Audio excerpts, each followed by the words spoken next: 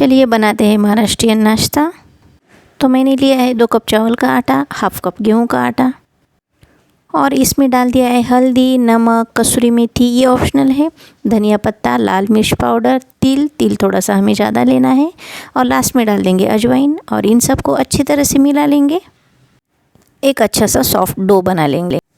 तो मैंने क्या किया, कढ़ाई में थोड़ा सा तेल ले लिया और ये जो आटा गूंद लिया है इसे लेके अच्छे से गोलाई में बना लिया है और 2 मिनट के लिए इसे हम कुक कर लेंगे। तो देखिए ये अच्छे से कुक हो गया है हमारा गर्मा गर्म नाश्ता। इसे महाराष्ट्र में थालीपीठ कहते हैं और इसे दही के साथ सर्व करते हैं।